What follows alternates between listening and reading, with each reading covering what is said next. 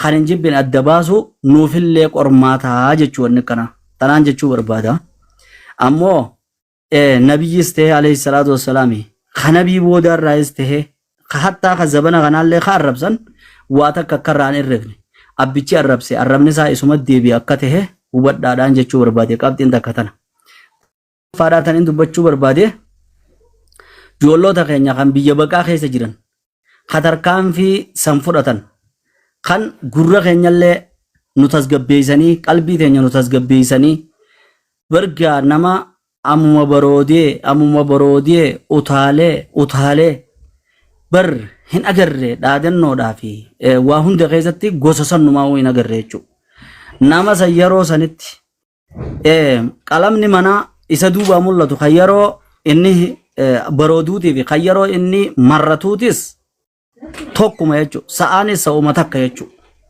أبليين كينيسان مجاهد توتا خيس ربي سنيالا كاو وان بريد دولة دليدني يجوران غلطون فچو برباد يرودان غلطون فدو مو وان أدقودو جرتا ساني تنارا واني أدقودو والله وان هدو خيسو خيجن غمدي أكان اتفراهي منقام نرى جولين تون تسقبويته خان لبو ساباسو ديسي قاما ساتو كن چبسين جچو هم نساتا كخان انباليسين قبني سيرادي هيسوسن باين اتقمدي مالفيف جنان شريعة إسلاما خيستي مسالي في مفاسد يجنين لالن وان تكقوني في قوتو بؤا وان سنر رادو في خسارة وان سنر رادو غرين نما حماسا جنيتي اونن بوتي وان سنر رادو قبان قبو مقابلسي وان سنر رادو قبان قبو arraan tana nuti harka laachuu ni geenye hin geenye sadarkaa muslimni arrarra jiru hoo sadarkaa akkam jechuun laaru akkanatti gamanaa fi gamanatti if cufeetuma akkanuma utaala jechuu arra ijoolleen tun duuba hikmaadhaan waan san qabdii akkasitti naamusa goosisuu san dabalataan hin galatoonfadhee jechuu qabxiin lammaffaadha tana qabxiin sadaffaadha ijoollota keenya kan viidiyoo sun waraabii asirra dhiyeessu hadaraa waan kana qacello na dhaggeeffadha warra waan gurratti dhagahuun tolle waan jecha fokkotaasan jechuu jala ta'anii isaan niyyaan isaanii gaariidha booyaa fa'a imimmaan gallakkisaa fa'aadha booyaa jechuu waan san isaan dhaggeeffatan jechuu maal niyyaan isaanii bar kunoo namni kun nabiyyii keenyaan akkana je'ee akkamitti ustaanii jechuudha yaadni isaanii laakiin ammoo akka shari'aa islaamaatti dhoorka arraba nabi muhammad alayhi salatu wassalaam sheer godhuun dhoorka arrusumul musii'a lirrasuulil kariim sallallahu alayhi wasallam almaqaalaa min maqaamin nubuwwa jecha sadarkaa nabiyyiitiin hin malle jecha nabii keenya irrisu waan nabii keenyaan hin malle ka je'ame je'aniituma himuu qaban malee viidiyoo sun hadaraa namni bira jirulleen kan boodamee maal balleessee jechuudhaaf ragaadhaaf itti as baasu audio keessa yookiin waanni keessa gaalaarii keessa akka qabu yoo nufi ta'e malee akka waan san sharing goone waan arraba nabiidhaa sun sallallahu alaihi wasallam akka deebi'anii takka ambaatiitu si arrabsa kudhan ammoo abbaadhaa isin baasuuf isin adabaa jira waan isaan beeku ustaaz dhiifama warningi isinii jedhee maqaa keessa innatti fidaa jira isin adabes quba qabaadhaa asaasin irkatti kutuu danda'a na dedde sadiinatti fidee dubbachuu didee itti fufaa ittuma barbaadeetan oo danda'an waan isaan beeku na fidee jira anis na fidee jira waan san ajendaan irra qabannee isiniif dhufne waa'ee amma sooshaal miidiyaa irra bal'atee deemaa jiru waa'ee miliyoon dirribaa laalchiseeti nuti warra gartee suuraan isaanii faca'ee namuutu suuraa teenya agartanii jirtan sanidha jechuu warri har'aas irratti argamne kun buleessa keenya Maahir ana Alii dabalatee araarsolleen jala kana jira akkasuma buleessa keenya Saaladdiin Imaam Saaladdiin Kareefoo seenuu dadhabeelleen jechuu saniif duuba waan amma deemaa jiru kana wajjin wal qabatee xiqqishoo akka hawaasaaf ifa tahutti jalqaba irraa kaasanii hanga bakka ammarra jirruutitti xiqqoo isiniif ibsa godhuu barbaanneeti jechuudha. Kana ajendaan nuti harkaa qabnu isinii galee hayyeessaniifuu wanni galuu jira itti fufaa isin jalan dubbannuu fi ifadha yeroo sagaleen bade nuti bade jenna ifa nuu ta'eera mata dureen isaa ifa nuu ta'eera afaanis jala isin buunuuf callibsne itti fufaa jechuudha. Tole duuba wanni isinirra jiru ergaan irra dubbachuu deemnu kun ergaa jajjabduudha. Ergaa ummata muslimaatis fayyaddu ta ummata muslimaa qofa osoo hin taane obboleeyyan keenya obboleeyyan kiristaanaatillee fayyadduudha inshaallah. Saniifuu nama hedduu bira akka gahuuf warri kaameeraa qabu waraabu sanis haa waraabuu jenna. Asi warri waa qoodanis share gootanis share godhaati nama biraan gaha. Waan silaa qacoolotti hawaasa bal'aa bira gahuu qabuudha. Hawaasni waa hedduu eeggachaa jira waan ta'eef saniifuu ergaa kana daftanii babal'istanii ummata biraan gahuun isin qabdi. Rabbi isin haa gargaaru nullee Rabbi haa gargaaru. Ayya jalqabumarraan isiniif kaasa. Likkitti na dhaggeeffadhaan isin injaa obboleeyyan kiyya. Jalqaba irratti miliyoon nama jaamu kana namoonni beeytanii waan isarraa isin ibsu hedduun qabu. Garuutu ammoo eessarraa nuti akka kaane eessa amma akka jirru haa isiniif ibsu.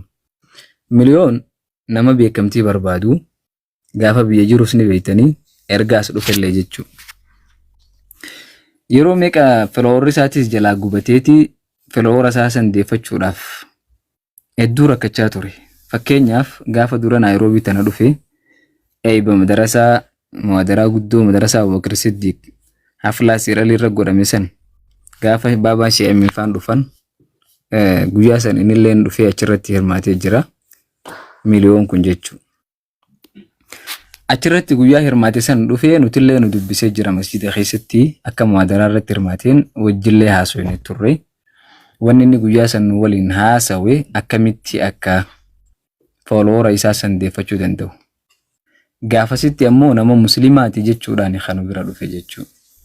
Yeroo dhufe ammoo gaafii biraan hin gaafanne akkanaa nama duraan beekamtii qabu amman tana muslimaa saahiba isaa tokko wajjin deema maqaa isaa yaadadhu. Akkamitti fooloora isaa san deebisuu fi dandeessanii nuun jaanii nu gaafatanii nutillee gaayoo nama muslimaa taatee hayyani deebisnaaf homaa ni gargaaraa jenneen jechuudha. Garuutu shakkii nu keessa uume. Namni muslimaa tokko dhufeetuma guyyuma dura dhufeen fooloorsiin gaafatu waan biraa gaafata malee jechuudha. Achirra dhaabbanneeti bilbila isaa irraa fudhannee ayyeesiif dawwallaa humaa rakkoon qabu deem jenneeni he'ee nu biraa kutee jechuudha. Nu biraa kutee akka nu biraa kuteen waa xiqqishoo booda kanuma TikTok irra bahee amantaa islaamaa arrabsuu agarre jechuun nuti warruma social mediaatiitu gaanuuf fide warra gaceellotti jala deemee social media hordofu jechuudha. Nuti gaa ummanni afaan kana dubbatu wal dandeenyeet amantaa walii qabanyee jiraachaa jirra. Namuutu biyya jirutti biyya teenya Itoophiyaa keessattis ollaa fi ollaan wal cinaa jira. Ollaan kun yoo musliima ta'e ollaan itti aanu kiristaanaa. Namu amantaa walii kabajeetti wal dandahee waliin jiraata. Odoo haddii walitti hin dabarre odoo daangaa walitti hin dabarre waliin jiraata jechuudha. Ummata kanatti waliin jiraachaa jiru kana inni ammoo amantaa fi kutaanis adda qooduu barbaadee jechuudha.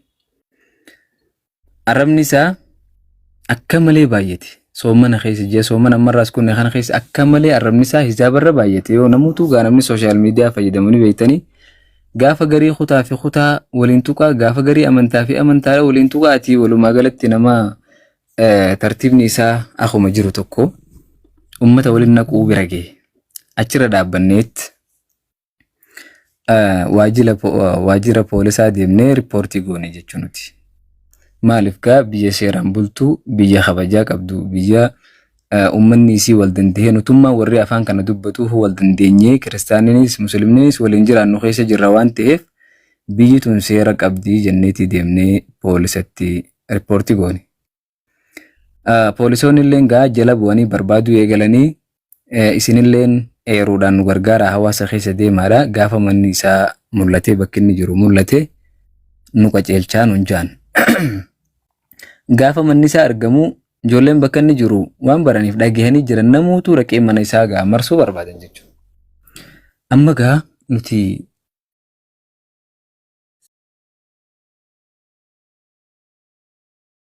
kana yoo achitti ajjeesan rakkoo biraatiitu haa jechuudha. Kana waan ta'eef gaa gurbaan kun afaan keenya dubbataa nu laallatti wanni kuni nuutu nama hundarratti aana jechuudhaan nutilleen dafnee odoonii fi gaa ijoolleen hulaa itti cabsitee rakkoo biraa hin finne odoon ajjeesne poolisoota amma dura riippoortiitti goone san yaamnee akka seeraaf dhiyaatu odoo lubbuun isaatillee gaa baatee namni fi namni walitti hin buune seeraaf dhiyaachuu qaba jechuudhaan nuti asirraa poolisa fudhannee itti dhayna jechuudha. Odoo gaa silaa poolisa san fudhannee dhaqu baannee guyyaa sawwanni achitti tahuu ni beeytani sunuu jeetii yaada. Akkasitti poolisa saniin lubbuu isaa baraarree garabbiitii gara waajjira poolisiitti dhiyaate. Asirratti wanni uummanni kun hubachuu qabu obboleeyyan keenya haa kiristaanaatis haa ta'uu namni biraatilleen miliyoon odoo nuti hulaasaatu hin banin namni tokkolleen hulaasaa hin banin harkaanuu hin qabatin liivii seenee iyyaa ture ijoollee hulaarra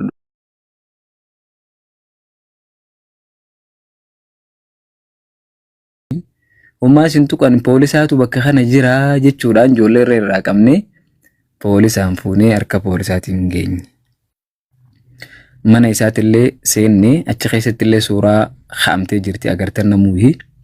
Mana isaa keessatti wanni suuraa kaaneef nuti mana qabeenya isaa kan mana isaa keessa jiru saamuu fi waan achi keessa jiru guurachuuf osoo hin taane dararaa fi rakkina inni hawaasa irra fidu jiru dhiibbaa inni hawaasa irra fidu jiru hawaasa addunyaa kan inni burjaajeessee jiru kana inni seera jala oolee agarsiisuudhaaf achi keessa footoo kaane. Meeshaa isaa takka namni tokko hin jiru akka jirtu jirti. Ragaan kana arran tana yeroo mana seeraatti dhiyaatu namoo agartanii bilbila isaatiin khaliifii seeni. Odoo namni saamuu barbaadu irraa dhorgineeti iyyaaloon achi guutuudha tasilaawwan barbaachisaa hunda keenya biyyi jirutuun irraa xuluggootu garuutu namni tuqee meeshaa isaa bilbila isaatillee keessa kaayatee poolisoonni irraa fuudhanii hanga deemaniif itti jechuudha. Meeshaan isaa hundi akkasii jirti. Nam tokko gaa eega mana seeraa dhiyaate mirga isaati bilbila isaatillee fudhatee nama barbaade dawwalachuu mirga qaba. Arrallee akkasitti mirga isaa san kabajanii fi mirga namummaa ni qaba. Liivii seenee tureetti agartanii jirtan. Dubbiin kun ammoo akka obboleeyyan isaa wardeeggartoonni isaa dubbii sooshaal miidiyaa irra facaasanii mana isaa seenanii tumanii saamanii qabeenya isaa maal jalaa godhan jechuun kijiba akka ta'e agarsiisa. Odoo qabeenyi isaa saamamee silkiidhaan isaa dhufee achi liivii seenaa jechuudha. Kanaaf wanni asirratti nu hubachuu qabdan nuti uummanni lamaan akka walitti hin buuneef. Gurbaan arrabaan namarra bobbahee uummata musliimaa garaa booressee jiru san to'annaa jala oole jechuu agarsiisuudhaaf qaama seeraatii wajjin taanee beeksisuu turre jechuudha. Nuti erga qaama seeraatii hin geenye booda deeggartoonni isaa ni beektan namuutu qasilaa nu galatoonfachuu qaban gurbaa keenya du'a jalaa nu baraartan jedhanii qasilaa nu galatoonfachuu qaban nurra duuluu eegalan.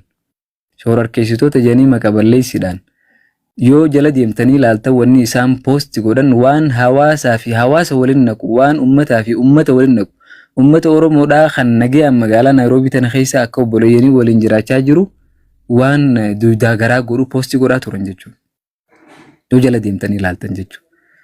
Duuba nuti dhaqee uummata biraa agartee rabshaa godhuu deemu kasilaa achitti miidhaa irraan gahu jalaa baraaruu santu badii ta'e moo wanni hedduu nama dhibdii walumaa galatti ati nuti uummanni Oromoo waan akkanaa tanaan dhiifamaa taraa takka Abuu Sabraddiin ol galchaa jeen haa ammasuma uffadha. Abuu Sabraddiin jala mana jira. Tokkummaa Abuu Sabraddiin ol galchaa.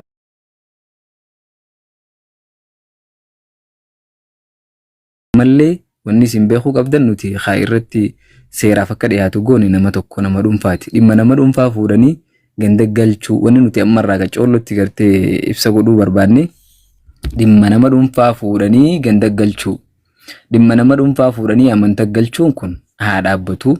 Nuti ammoo akkuma dur wal dandeenyee waliin jiraachaa turretti nu keessaayis uummata musliimaa keessaayis nama badii balleessaa obboleeyyan keenya kiristaanaa keessaa namni badii balleessee yoo jiraates gama seeraa dhiheessaa yoo waliin jiraanne bareedaadha jeetii jaate jibbaa uummata nama tokkolleetu hin qabnu waan ta'eef amma gama dhimma isaatii yoo deebi'e dhimmi isaa seeraa harka jira uummata mana murtiitii harka qaba mana murtiitii baay'ilama qabee fi baay'ilama san eeggachaa jira boodarra inshaallah waan irra gahee kaisiniif ibsinu taha amma immoo isin wanni qacoollotti uummata kiristaanaa obboleeyyan keenya beeksisuu qabdan nuti nagaya walii qabna warroonni tokko tokko hagartee jibbaa biraa qaban akka walitti isin hin dirre obboleeyyan nagaa namata meeqa waliin jiraate akka walitti isin hin neeyneef irraa eegaa isin hin jenna.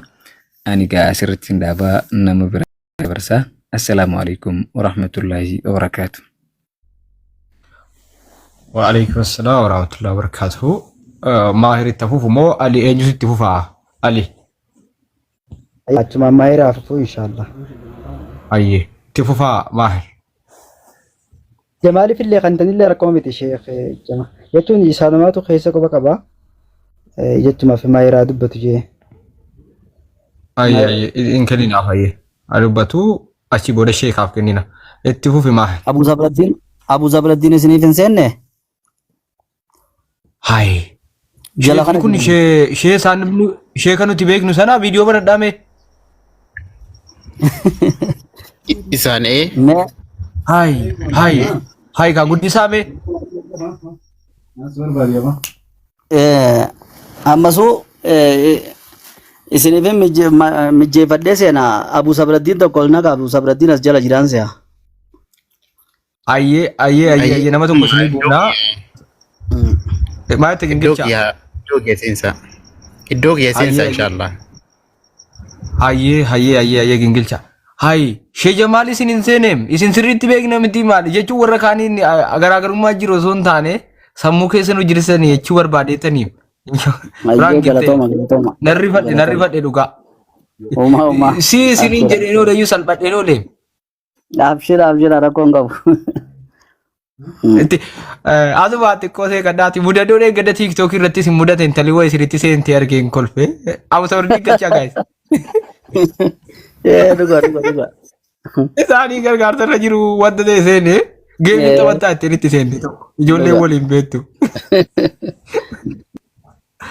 abu sabri gachaa okay dhiifamaa isaa adda kutuu barbaade miti isin nan beeka iyyuu duruma nan beeka jechuu barbaadeetan hayyetti fufaa sheeka keenya shi jammaan.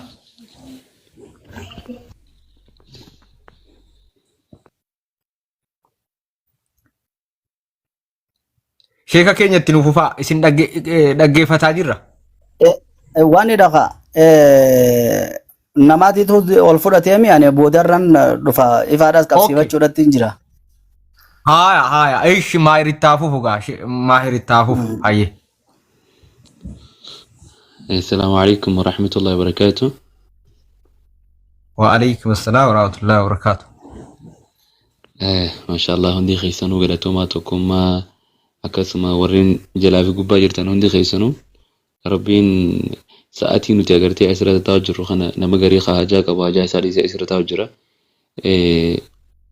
فديتي متي دركما جارة لإني أرقام ربي تفكابو نموتو أسرة تاجر نقافي رحمن ربي الراها جراتو دوبا دبين متاجرتي أستاذ نخيا أستاذ ناصر آدم في تاجر وهنده مجرى قربان هنگا أكمولين أغرو تر يرو خيسافو باتي رمضان أنا أكمل مشاغلو تر جتشن تاني وان ففكتو أغرتي والله وان يرو دقيسي سوخنين جرو متانا جبتاهو جتشو وان إنها سوسن نمني دقيه warningi kenne rajula hindi keessan dafaa koppiling godhatti fufaa warningi natti kenne itti fufaa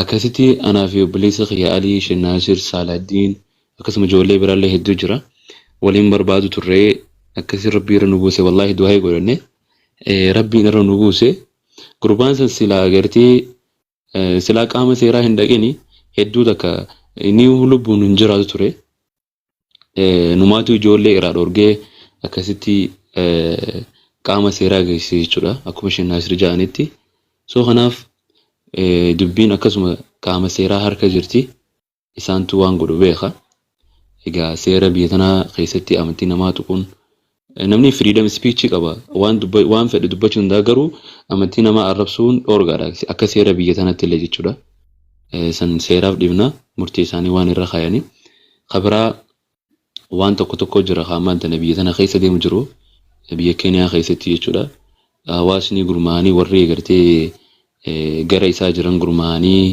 keessaafuu nuti warra hangasan akka barbaadaa jiranis quba qabna asumaan ergaan dabarfachuu fedhu yoo fetan lokeeshina keenya isiniif ergina garuu immoo nuti carraa ergamaa rabbiiti jecha agartee tuqamuudha carraa ergamaa rabbii sallallahu alaihi wasallam jecha agartee rakkoo nurra gahuudha waanuma akkasii barbaannaa hojjechuu carraa akkasii yeroo ammaa kanatti arganne sodaa nam takka illee hin qabnu abbaa fedhee yoo ta'e ergamaa rabbiitiin dhufnaan waa takka sodaa hin qabnu lubbuu teenya ammaa kanatti wareeguudhaaf waan dhufu hundaa qeebaluudhaaf qophiidha kana ergaa warra agartee nu barbaadu jiruuf hin dabarsa akkas inshallah